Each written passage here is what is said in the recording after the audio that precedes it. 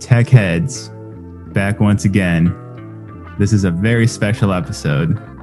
This week, we're joined by world-renowned developer slash DJ, Kevin Scher. And we go deep on everything from how he managed to get his first job, what he's building at the moment, and his new single. This is Tech Heads. So, here we go. How you all feel tonight? Let's get started. Tech Heads back at it once again. What's good, Anna? Hey, Victor. Hey, everyone. What happened this week? It's been a busy week, with work and with school. I think, honestly, school has just been kicking my butt, taking this operating systems course and software engineering. So it's very, learning a lot, but at the same time, I'm a little tired. So, that's pretty much what I've got going on or what I did this week. But it was a good one, nonetheless. How about you? I can't imagine how much pre-workout you went through this week. At least like a daily dose. I never go over 1 scoop. I know that the directions on the bottle say do not exceed 2 scoops. I never take 2. I only take 1. But I think there was one day this week that I didn't take anything. I definitely felt so sluggish because I didn't have coffee. I didn't have any other kind of energy drink. So it was rough because I feel like I'm definitely getting hooked on it. I am hooked on it. So it was, I don't know. It was kind of weird. I need that boost in the morning to be able to do everything that I need to. And like I said, work is, it's fine. It was kind of a weird week because the one person that I work with was out on PTO. So I was kind of, trying to find things to start looking at because he's been pretty much my mentor, since the day I joined the new job. But it's given me a chance to connect with a couple of other people and learn a few different things. So it was good. Yeah. Wow. Well, next thing you know, 1 scoop isn't going to be enough. You're going to be a 2 scooper soon. I know. I'm trying to, keep it under control because I feel like, obviously, if I do step it up to 2, then I am not supposed to take any more than that, or my head will probably explode because I definitely do feel when it hits me. It's I usually take it right before I leave the house so I can get to work by 7:30 in the morning. And when it's 9, it's like you start to get that, rush of blood to the head, and it's prime time, coding time in the morning. But I know it's not good for me, but it's just, I feel like it's just a stronger coffee, really. So it's not that bad. I definitely find ways to channel that energy to productive use, Well, you don't sound like an addict. That's for sure. Usually like an addict is like, oh, well, I only do this like once a week and, it's all good. Next week, I'll slow it down. Like, you're actually logical and everything about it. So you're still off the hook for doing that. Thanks. Yeah. Hopefully not too many people start doing it because of you. Cause you are most people's hero. Yeah, no, I mean, if G Fuel wants to get in touch and provide some samples, I'd be happy to try it and let them know what kind of, quality code I can come up with depending on the flavor.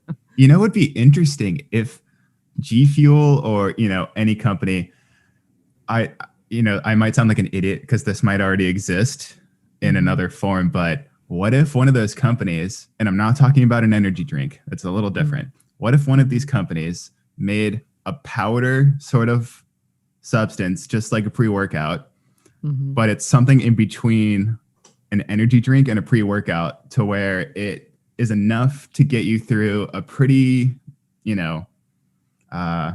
mentally exhaustive task, not super physical, because that's what the pre-workout is typically for, to boost you and get you pumped to, go through a lot of reps and everything. Yeah. So what if one of these companies made something like that? Do I sound like an idiot for asking that? No, because to be honest, I don't even know. I mean, I feel like the essential, energy source for like a programmer is coffee. I mean, I feel like that's just the one thing that programmers, drink, it's coffee or like energy drinks. And then I had this weird idea. It's not even like I read anywhere. I just, I saw the pre-workout thing lying around like on our counter. I just decided to have one. I think it was like the first week at my new gig, and it was because I had to wake up extra early, so I just needed something, and I was like, I don't know if coffee's gonna cut it. So yeah, I just kind of had this idea, and I don't know, it helps because I feel like it definitely lasts a couple hours, and I still have a coffee during the day on top of the pre-workout. But yeah, I mean, maybe there is something like you said, out there, but if there isn't, then we should look into it, making it ourselves. I don't know. We're asking for $100,000 for 10% of our company, Tech Heads Energy Drink. Not quite an energy drink, but not quite a pre-workout. Yeah, exactly. We're our own category, right? All these YouTubers making a coffee company. Let's make I don't know what this would be. It's not an energy drink, but let's make an energy drink called Tech Heads Energy Drink. Speaking of funny drinks, I know you're a fan of the sparkling ice, right? Yeah. So there, I guess there's a hard seltzer version that they make now. Oh, I didn't know that. I've never tried it. I had because I have my favorite flavor is the mango tangerine or orange mango, something like that. And I even had it on like the auto ship through Amazon Prime. So I used to get like a pack of 12 bottles every like 6 weeks or whenever it was. And then eventually I canceled it because I got bored. But yeah, I did the same thing with Red Bull and then stopped that too. But it's good to switch it up. That. Yeah, right. I didn't know that ice had a hard seltzer. I don't know. I'll give it a try if they have some good flavors, because I don't like White Claw. I've tried a few and I'm not a fan. Yeah. Well, I told you just partly because I don't want you to accidentally grab the alcoholic one if you're going to work. And also just in case you wanted to try something on the weekend. Because actually, I have an interesting story. So a couple years ago, I used to slam kombucha all the time. I used to make it at home. I used to go to the store and grab bottles and bottles. And do you know what kombucha is, Anna? Yeah, I think I tried one because I probably you recommended it. Yeah, I think I brought some to work. You forced me. Drink it now. Yeah, so I was at Publix. I was grabbing some kombucha before work, and there was a new flavor, but it was in a black bottle. I was like, oh, that looks crazy cool. I'm gonna get it. So mind you, it's like 10 a.m. probably. So, or maybe even earlier, maybe 9. I'm grabbing some kombucha. I head to the register. I check out, and the lady's like, "Oh, can I see your ID?" And I was like, "Yeah, sure. I mean, it's just kombucha. There's only like 0.5% of alcohol per volume, technically, because it's fermented, but it's definitely not enough to do anything." And I didn't say all that to her because I'm not a nerd, but I was like, okay, sure. Like, here's my ID. Yeah. And she was like, all right, thank you. And I was like, oh, did you start IDing? Do you have to like ID people for normal drinks now? And she's like, oh no, this is an alcoholic drink. And then that's when I was like, wait, that's the alcoholic kombucha, like hard kombucha? She said, oh yeah. And I was like, oh, can I not buy this right now? I'm going to work. So I ended up just like buying that, going back, getting a normal one, buying that one too. And then I just, clearly, because I wanted to drink it while I was like on my way to work, kind of just have something, flavorful to drink while I'm stuck in traffic. Yeah. And had I not asked, I would have just been chilling in traffic, drinking, like a hard kombucha. Oh my gosh. Okay, so you bought it though, right? Did you try it? I did try it. It tastes almost the same. So it's even scarier that I would have just been chilling in the car, like, whoa, like what's going on? I feel a little funny. As I do every time I drink any sort of alcohol. Whoa, this feels weird. This tastes like a good time. That's They must have interesting. spiked me with something. Yeah, it was yeah, so it's the GT's kombucha. Shout out GT's. I really like your kombucha, but it's like the black bottles. Those are the ones that are the hard kombucha. Ah, okay, cool. Yeah. Hey, I think it's time to get Kevin on the horn and chat with him.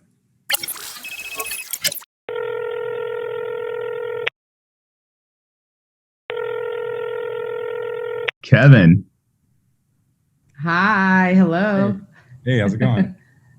Kevin, you're on Tech Heads with Anna and Victor. Hey, thanks for having me, guys. What's going on? Let's all give them a let's see. What sound do I have? We'll do that. We don't have a live audience just yet, but maybe in the near future we'll get something like that going. Oh, that's awesome. I love how you guys have this sampler stuff already ready to go. Oh, of course. Yeah. I mean, you know all about this stuff. You're a world-renowned DJ. Not yet. We're working on it.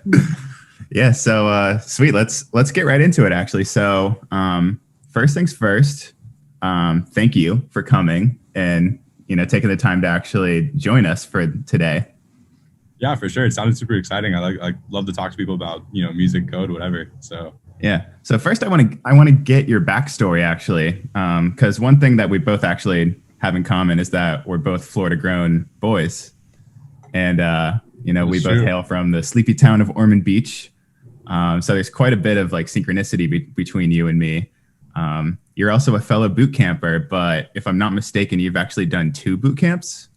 Yeah. So I'll go into that a little bit. So I was working at a restaurant and it sucked. And so I was like, all right, well, I did this one boot camp for UCF and I'm not finding any jobs. And I felt like I did one boot camp that kind of taught me how to I just knew how to code React, but I didn't really understand like the concept of this in an object. Like you're not going to get a job without knowing that, you know what I mean? So I started doing like WordPress sites and then was just like, all right, like this is stupid. I need to really, really focus on something. So I found out that I had that Hack Reactor bootcamp out in San Francisco, did that for 3 months. And like the first month was a struggle. But I mean, after that, it was just like, I was building sites like every day. I think it was like 2 or 3 full stack sites every day.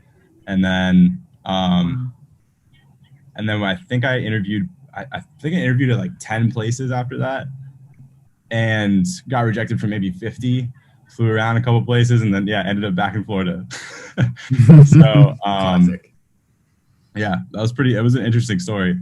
But it was interesting taking the route of like not doing computer science and focusing on the math of it, but just getting right into the code, and just working on like I think I have more of like a creative design mind than the math kind of mind. Yeah, and this career path kind of accommodates for both people. So like exactly if one or the other, or if you're both, it's great for all of them. So it's not this like binary sort of situation. Yeah, and you find that like most of the people that are the best to work with understand that concept. You know what I mean? Like when I interview places, actually, a lot of the best interviews I've had were people that just liked music. We're talking about you started the San Francisco boot camp. You noticed a difference immediately in terms of pace, projects. Yes, absolutely. Yeah, can you tell us about maybe some of the things that the other boot camp actually concentrated on versus what the UCF one did? Because all 3 of us have done the UCF one.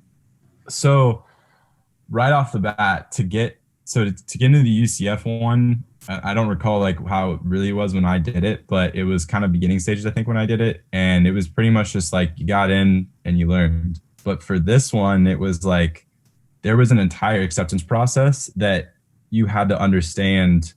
I mean, it was like you had to understand recursion. You had to understand like, what am I thinking of? How a reduced function works, like things like that going into coding. So it was like no one was coming into this boot camp like knowing nothing. Everybody was like deserved to be there type of thing. So coming into it, your knowledge of just plain JavaScript was like amazing. And then what they did was they threw you into a pair programming thing where you worked on the exact same stuff that you just did by yourself, but you have to do it again with someone else. So now you learned how to work with somebody with code and kind of like teach yourself and know how to think about it from two different perspectives. And then they're like, all right, so now we're like, I think UCF was the UCF one that I did was, it was kind of like, this is JavaScript. All right, now this is like React, and learn how to like build something off of that. And it was like one project. With this, it was like, they started us with one thing and kept building it until it was like to the point where we like understood why you shouldn't use these other things. You know, they would have us do these huge projects in like Backbone or something. And then it would be this whole like controller setup.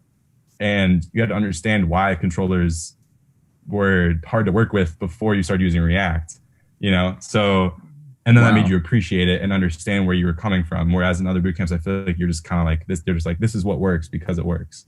So then after you get to that point, you're so deep into like understanding why you are where you are, and then they start going, all right, now build 3 React projects a day. Do the back end, do the database, also make it look like good enough that I could play tic-tac-toe on it. Build chess, you know what I mean? Like these crazy, like these like little things that are like normal, but do it in a way that was full stack. And you must have been doing full time, right? Like you were. Oh my gosh! I mean, like this part-time schedule. It was Monday through Saturday, and Sunday we had off. But I think it was 9 to 5. It might have been 9 to 7 something crazy. Like it was almost every day except for Saturday. I think it was only like 4 hours because it was a weekend day, but it's still there on the weekend. And when you go home, you don't stop. So, but I think that's what really makes you a good coder is like, you need to just, when you first start, you need to put the time into like where you almost hate it, honestly, to the point where you're just like, I don't understand how people can get this. Like, how is this fun? And then when you break that barrier, you're just like, and you understand what you're doing every day and you get that rhythm, it's just uphill from there. Wow. So how long was that? 3 months? Yeah, it was 3 months. Okay. So coming out of the boot camp, then the second one that you did, what was your day looking like? Because like you said, you started to get to this burnout point, so that I would imagine when, you know, you reach the final week, you're probably telling yourself, oh, I can't wait to take a week off, just chill. Or were you one of the people who was like, oh, I can't wait to start building things on my own that, you know, nobody has to tell me to build? Can you kind of go into like what it was like immediately after that one?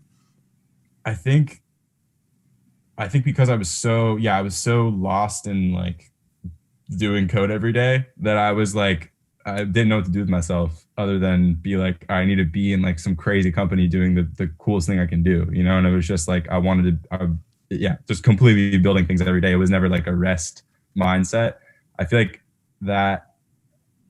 well, and it was interesting in my scenario because I was in San Francisco. So there was a lot of things to do. There was a lot of like outdoor activities, like good food. Like I made sure that I was at least like having a little bit of fun on Sunday or something, you know? So it wasn't like, I needed some like, you know, refreshing time. It was like ready to go. And you don't want to take, when it comes to code, you don't want to take time away from doing what you want to be good at, I think. So I was full force, and I'm still full force. I haven't stopped doing React every day for years. So, right, you're a React Native guy, right? Not native, actually, just React. Right, I've done both, but just React right now. Oh, okay. I thought you were doing like more mobile apps and stuff at one point, or maybe I'm confusing you for somebody else. I don't know. I'm building an app right now, but it's a web app. We're building it because of like just approval reasons on the App Store. We want to build it on the web, and so I'm building it to look like it works on a phone more so than on a computer, but not native.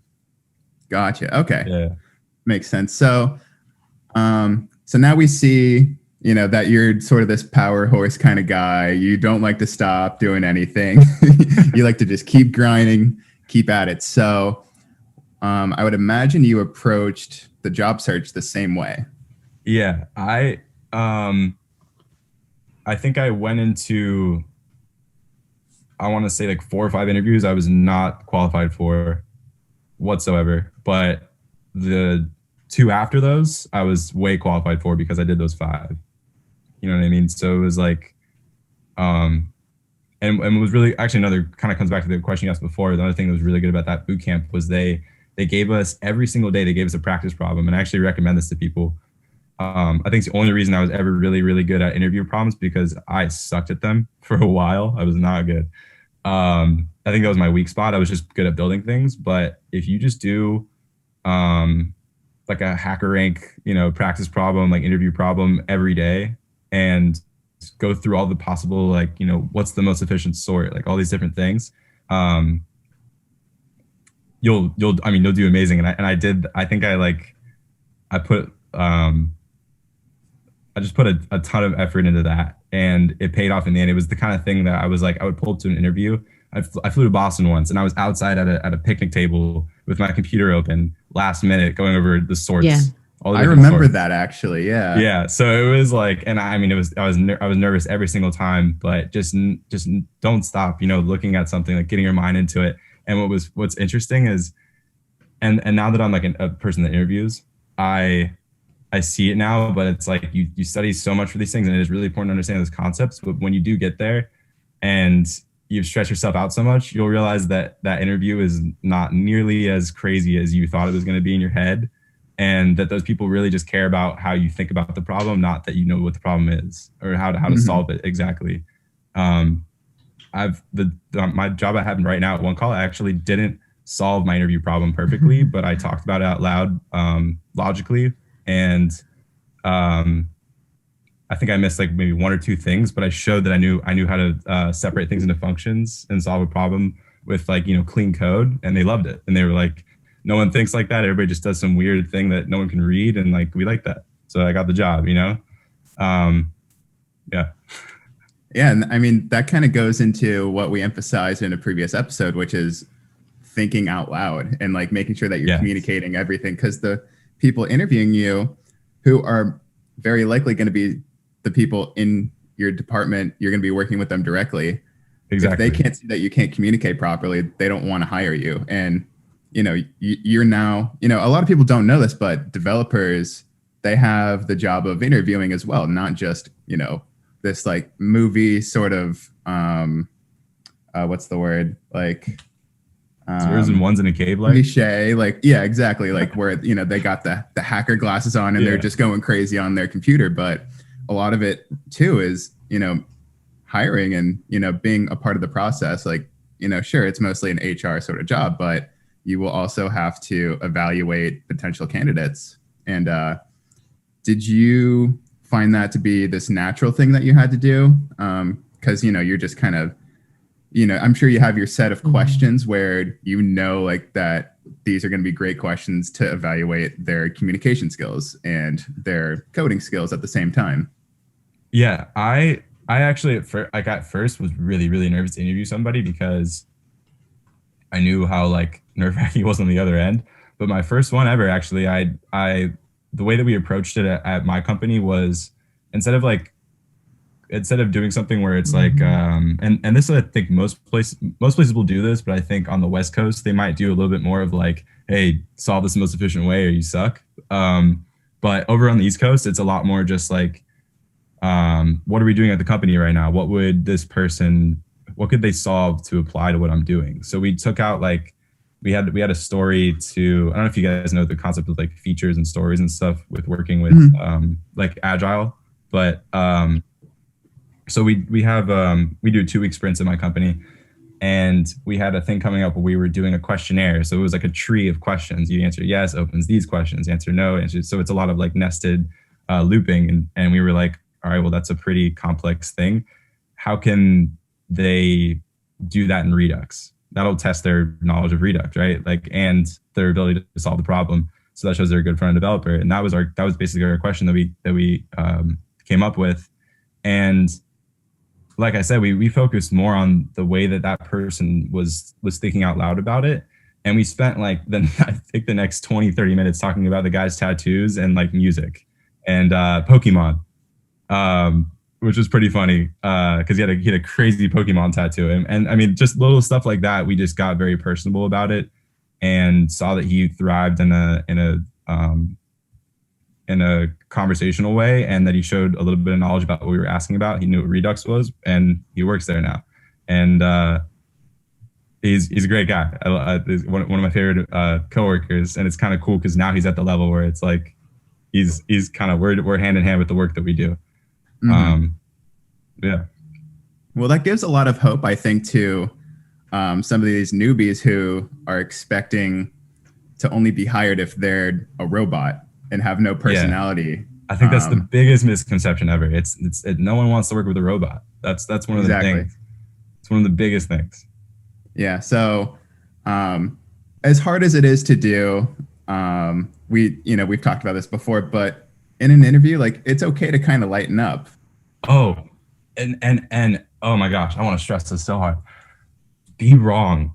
It's okay to be wrong. The worst thing ever in an interview is when you can't lighten up to the point where like you can't be wrong and you can't just accept what you know. Like people want someone to be honest and lighten up, be honest, be yourself. And if you don't know something, just be like, hey man, like I don't know that, but I do know this, and someone that can admit that they're wrong in a job is huge as well.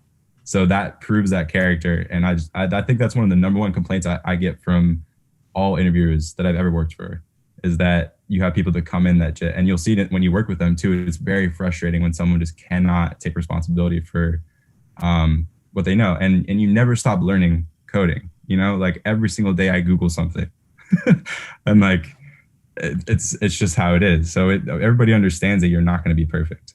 Anne and I, we were co-workers, but now we do this together. That was something that I really liked about working with her was that, we were insanely honest with each other. We could always be like, hey, I don't know how to do this. And it was mostly me saying that. She would hardly say that because she was the one in charge of me. But it was really great because I felt like had it been any other way, we wouldn't have got as much work done. We wouldn't have been able to delegate who can do what as effectively. I think it's just like insanely important that we are honest with those that are interviewing us and those that we are working with. Never be scared to ask a question. Yeah. Oh, definitely. Also, I do want to ask you, so you mentioned earlier that you recommend that people do Hacker Rank, do it every day, get comfortable with these technical interview questions. Do you have any other, quick advice for newbies? Don't stop yourself at Hacker Rank, do it. I mean, I think there's a bunch of stuff out there. Trying to think, TripleByte is another one that I think is really cool, especially if you're new, because TripleByte, and I believe that's the name. You have to double check that, but I think TripleByte's the service where you actually so after you do Hacker Rank for a while, you get good at questions. You do TripleByte, and if you pass the series of questions, then companies will just hire you directly because they know that you qualify from that point. So it's one of the coolest ways to get a job because it's like you do your interview while you're home and then people are just like, yeah, that's good enough for me. I'll take that. You don't have to go through the whole process. I failed my TripleByte thing when I first got out of school. So I ended up just doing the normal interview process because they only let you do it like one or two times or something like that. So it's hard, but it is something that I recommend everybody does. And it's like a good way to kind of gauge where you are with everything because they make you do it in a timed fashion. And I think if you pass that, you deserve to get a job. That's the first thing. But I think that's a really good point to where you should be interviewing places if you can pass TripleByte. And then, like I said, just practice problems. I definitely really focus on, and it just depends on what you're trying to be. If you're trying to be a backend developer, front end developer, but focus on like more of like the design, I guess, behind problems, not so much just like trying to figure out how practice problems work and, like what's the most efficient sort. Like take a step back, don't focus so much on the math, but be more like, all right, if someone asked me a problem about like how to build the best messenger, how would I do that? That kind of mindset is so key because I think that, like I said, we did the Redux thing at our company where we had a questionnaire. There's going to be some sort of applicable scenario that you have to think about. I think that's the key thing is put yourself in an applicable scenario that you could solve and do 50-50 that and practice problems. Go back and forth. And you'll be fine. So you recommend people also take a look at systems design as well as memorizing these absurd. Way better way to describe that. Yes. Yeah, it's something that, like, you know, a lot of people definitely look past. They look at trying to memorize these, you know, algorithms that they're not even going to use in their day job just to, you know, pass an interview, but they can't conceptualize, you know, one aspect of an app, Yes. you know, where it would play into everything else in the current system. So I think what you said is actually super important that people do as well. Um, well, we're actually getting close to running out of time here.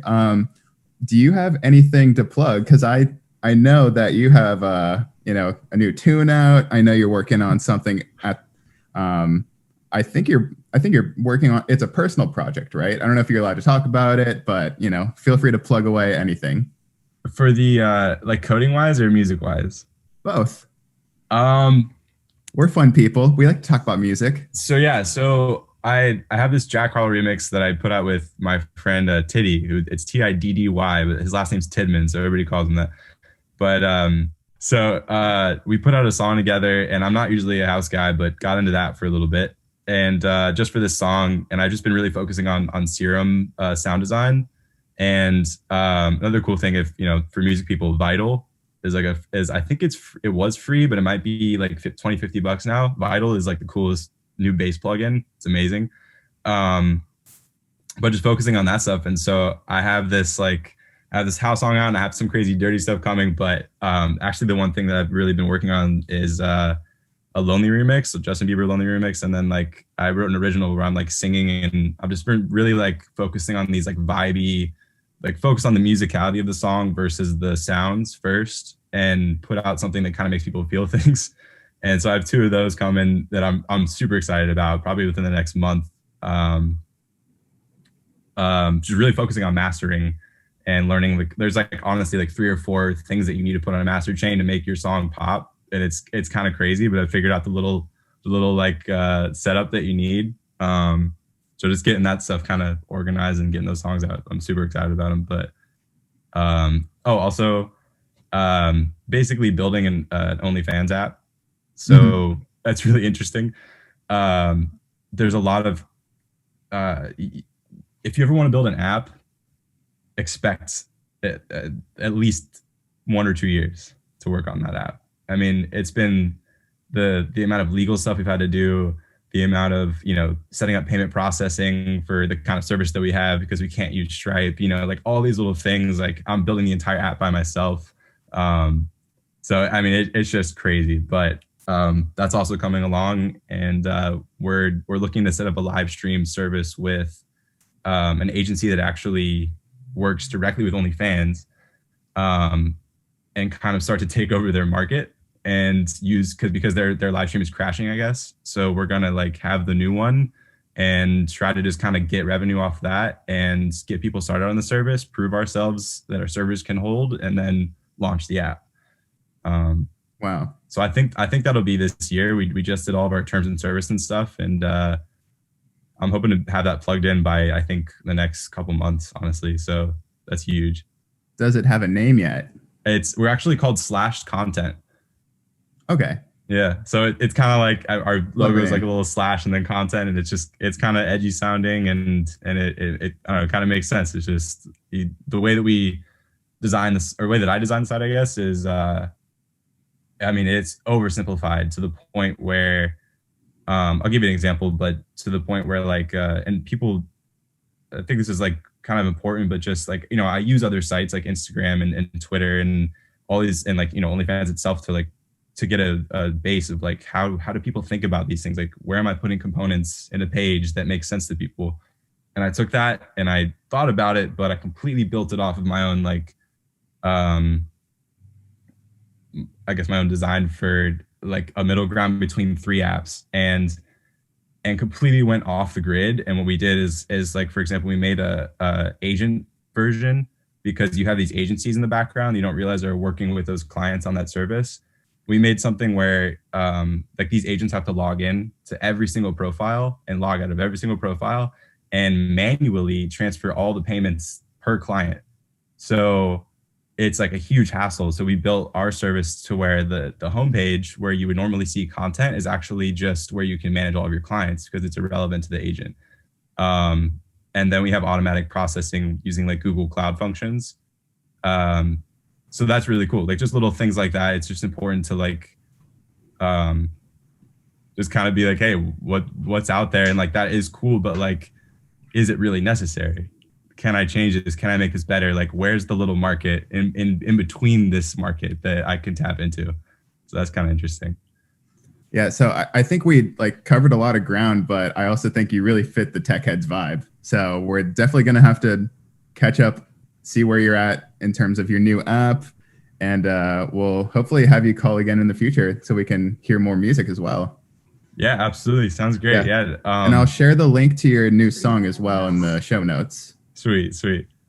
All right. Well, peace, Kev. Thanks for calling in. Yeah, thanks for having me, guys. It was super fun. Anytime. All right, later. Anytime. Thank you so much. We appreciate it. This is something I actually wanted to bring up. I totally forgot what I was talking about before, by the way, but we'll probably hit on that later. What is your go-to theme on VS Code right now? Oh, actually, I think it's called the Materialize Dracula. Nice. It's my favorite, because I think it's kind of inspired on Atom, the other IDE or text editor, and I've used that one for the longest time. So I use the same theme across multiple IDEs, VS Code, the JetBrains stuff that I usually use, like Sea Lion, and I think for my project and one of my classes now, we are using Django and React to build our app. So the IDE that I use is PyCharm. Yeah, PyCharm. So I think I installed it on that one as well. So I just really love the contrast, the contrast, between the background and the font colors. So that is my go-to for everything. Nice. Mm-hmm. Yeah, I like Dracula too. That one's a fun one. Which one do you use? I've been rocking Synthwave 84. Yeah, I love the look of it. It's it's like that vaporwave aesthetic and like kind of future retro in a way, like Blade Runner. It's like the Blade Runner colors, basically. It's a really, really cool theme. I definitely recommend everybody give it a lookie, see what you think of it. What was I I was talking about being snowed in. Oh, yeah, right. And, basically I pretended to be a bartender and I made us margaritas for the night. So I guess that was the rest of the story. Yeah, I can't even imagine. I mean, obviously, I'm glad that you guys are doing okay. I think by now everyone is aware of what's going on in Texas. So they really have it rough over there. I think it's been like, they're in state of emergency and that was already last week or whatever. But, if you are like, if you have the basic essentials to live, you can, try and make the most of it. Like you said, even if you are restricted to your house, so you can still find things to do indoors, like play a new game. We also just started playing a new game too called Hunt a Killer, because Sam is a big fan of, serial killer podcasts and YouTube channels and, documentaries and all that stuff. And this game is kind of like Clue, you're looking for the person who committed the murder. So I just, we got it last week. We're still working on it because it's the easy category. So I figured that we would just start with that one and then we can step it up. But yeah, if you want to check it out and our listeners too, it's called The Hunt a Killer. And they give you all the clues. It's very well put together. I was really impressed with all of the, suspect profiles and, documents and letters between people and like the whole story that, that goes into like everything that goes into helping you try to find who the killer is and all the people involved. It's very well done. I was really surprised, especially for the price too. It was very reasonably priced. And we saw that on their website, you can sign up for like a subscription. So you get like a new game every month or something like that. Is this a board game? This is a board game, right? Okay. Yeah, right. But you work together, it's kind of like what Sam said. It was, escape room. like those places where you like work together as a group to like decipher all the clues that you get, and then you try to, you know, figure your way out. That's kind of like what this is. You know, you work together to figure out Sounds like my apartment. who the killer is. What, an escape room? When we were snowed in, we were just trying to escape. Yeah. Yeah, no, I think Clue, I don't know if it's like, you know, you're working, it's kind of like it's an individual game. Like you're trying to figure it out first, right? Like who the killer is. But for this one, you work together. So I thought that was pretty cool. Mm-hmm.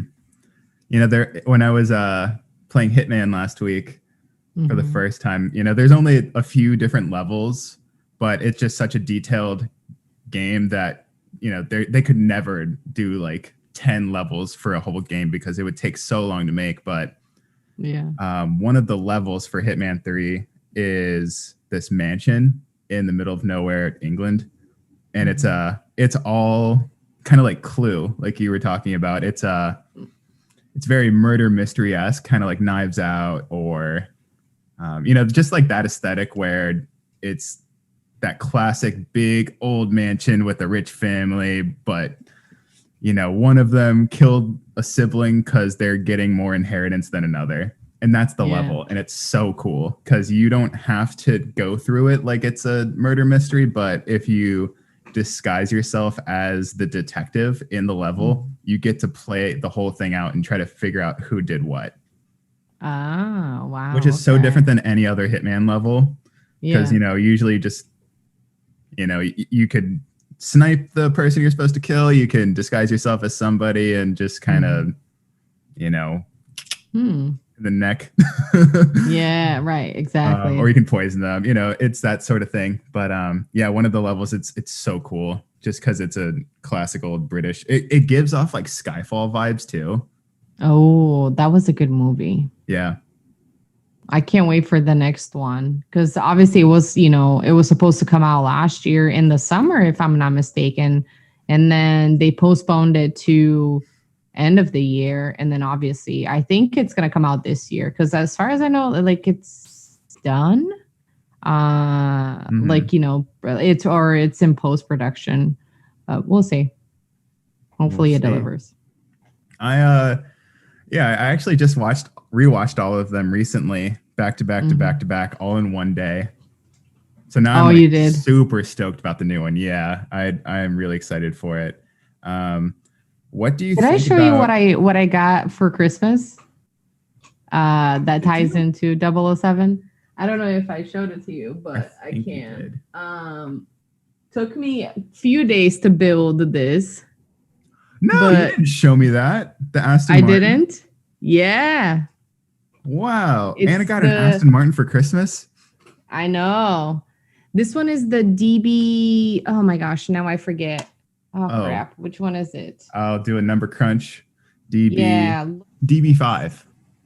DB5. There you go. Yeah, I wasn't sure if it was the 3 or the 5, but the 3 I think was the one that was in Golden Finger. Uh-huh. I haven't, you know, to be honest, I haven't even watched all of the older 007 movies. I should probably get the box set and watch all of them, you know, with there's so many. Sean Connery, Roger Moore, everyone.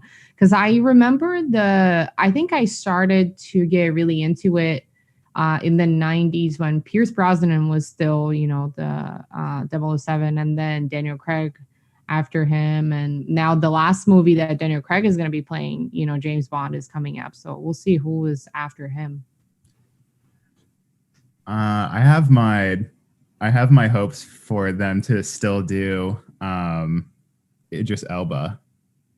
Oh yeah, I did hear that he was in the running for it. And then I thought that they selected someone else, and I forget. The other guy from X-Men, Nicholas Hoult, I think he played the Beast or whatever. Oh crap, I forgot. Number crunch time. I don't know. Where's my number crunch button? Oh, I don't have a number crunch button.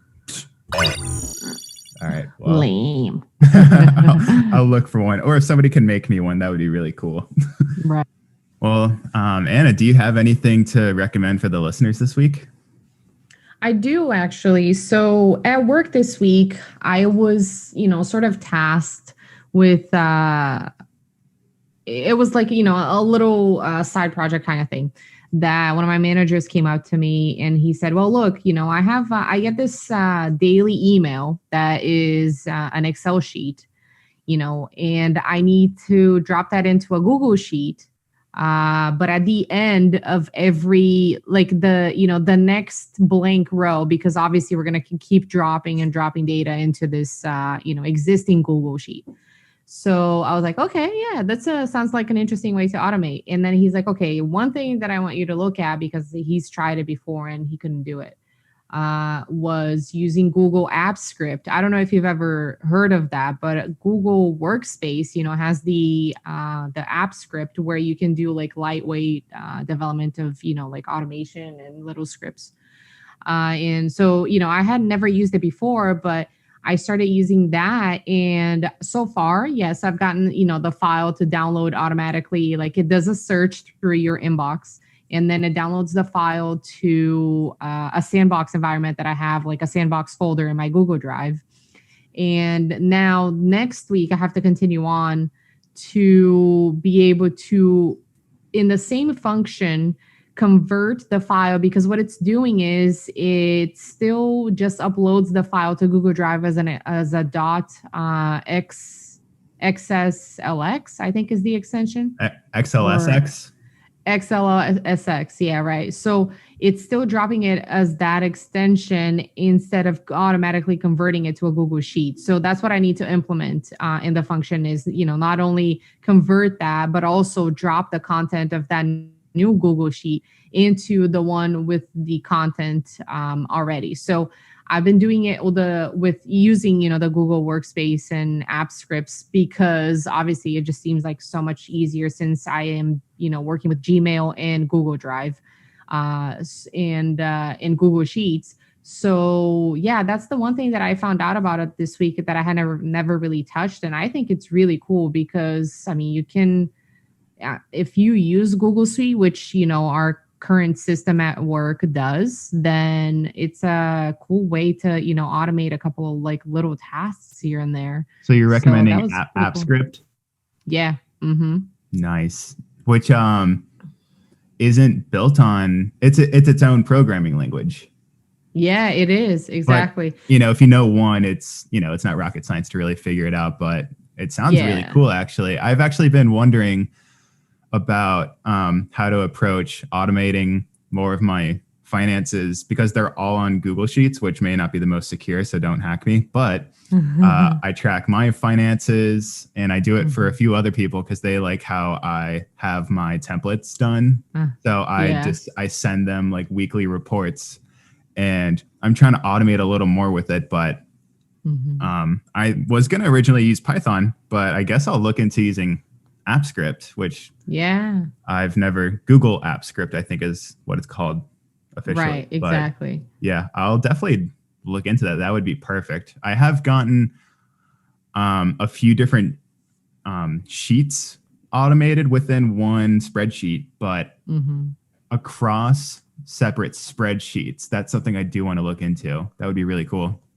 Yeah, that's the one thing that I want to continue looking into this week. Finding like ways to automate some of the big tasks that, unfortunately are, some of our managers might still have to like do the silly copy and paste kind of thing. Like if we're using the Google Suite all throughout, there has to be, a more efficient way to do that without having to wait for that email to drop in, at a certain time and then copy the contents into another Google Sheet. That just sounds silly. So that's what I want to get done for him. And hopefully I can. But yeah, no, that definitely simplified things, because I was wondering how I was going to be able to do that with maybe Python, but it just takes care of you have your script environment. You get to, pick your events, like the trigger events. You get to schedule it. So it's very neat and very easy to set up, honestly. And there's a lot of resource, not only the Google, developers resource for Google App Scripts, but a lot of, relevant questions that can, help anyone on Stack Overflow, like questions that have been asked that probably do something that you would be looking for. So yeah, it's very cool. I recommend it. You heard it here first. Google Apple Script. Wait, Apple. Google Apple Script. Google Apps. Yeah, right. Definitely not a conflict at all. How about you? Anything new that you noticed this week? I do. First of all, shout out to Yerba Mate, keeping me caffeinated all day. Mm-hmm. I actually did check out something. It's not as techie as what you recommended, but I just watched In and of Itself, which is on Hulu. Mm-hmm. It's a special by Derek Delgadio. He's a magician, but it's not what you think. It's not like this hour special where somebody just does magic trick after magic trick. Mm-hmm. It's just like kind of mind-blowing in a way that it's like I don't know how to really explain it without really giving away too much. It's not, like I said, it's not a special where it's just somebody doing magic. Mm-hmm. It's really eye-opening in terms of just like the basic human identity, and kind of opens your eyes on how others could be going through some deeper things than you might think. It also just kind of re-sparks a little bit of hope in humanity, which I think is really cool too, and something that some people might really appreciate watching now. To give a little backstory on it, it was actually a Broadway show for about 2 years, I think, before COVID. And it was produced by Neil Patrick Harris. It was one of those shows where it's a smaller stage, so it was really hard to get tickets. So it was always sold out. And once COVID happened, I think he went to releasing the filmed version of it on this like virtual films, what is it called? Film festival. Mm-hmm. So you could have access to it for like a day or two, and that's it. And that's where like a lot more people got exposed to it, because nobody who really saw it in person talked about it afterwards, because they didn't want too much word to get out about it. It was really under wraps, I suppose. It was really all just about how the theater critics were giving it really good ratings, and how people like Bill Gates and David Blaine and Mr. Brown from The Office, like all these people going to see it and talking about it. Mm-hmm. So Hulu recently acquired it, and now it's on Hulu, and I think it's like one of the most popular things on it right now. Oh wow. Yeah, it's really, really good. I would say it's like kind of this thing where you need to not just like kind of have it on while you're cooking. I really do think it's something that's worth setting aside an hour and a half, and just like sitting on the couch and immersing yourself into it. It's really good. You got 100% on Rotten Tomatoes, even though I think Rotten Tomatoes is bull. But yeah, right. Really, really good. Oh, that's very cool. Good recommendation. I'll have to check it out. Yeah. Also, we need to talk about our email address, because we do. We want people to kind of get in touch with us and tell us what's going on, and maybe, write to us like whatever you want. If you have questions, if you have something that you want to correct us on, if you have something you want us to recommend that you think is really cool and is better than something that we recommend, you can reach out to us at techhead. Oh my gosh. I'm just so jittery caffeinated right now. I can't even speak. techheadspod@gmail.com. You heard it here, folks. techheadspod@gmail.com. TEC. And we also have TECH headspod@gmail.com. I think you guys know what I'm saying. No, I was gonna say, that we also have our YouTube channel where all of the episodes are being uploaded to. Please follow us on Twitter. We're trying to share as much information about, what we can on episodes to come or some fun stuff. Maybe create like a sense of community. Be able to respond to people quickly.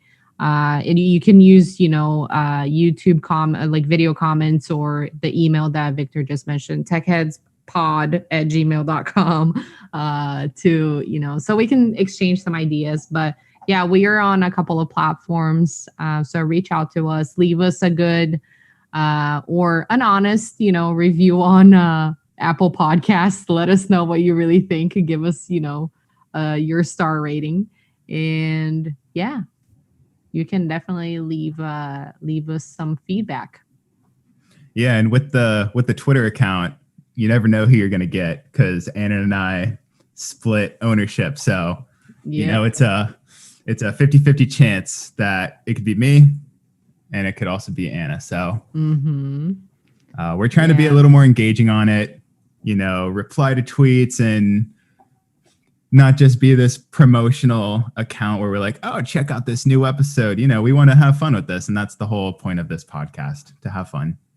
Yeah, exactly. All right. Well, I think we can wrap it up here, Anna. Another episode in the can. See you all in a week. Peace. Bye.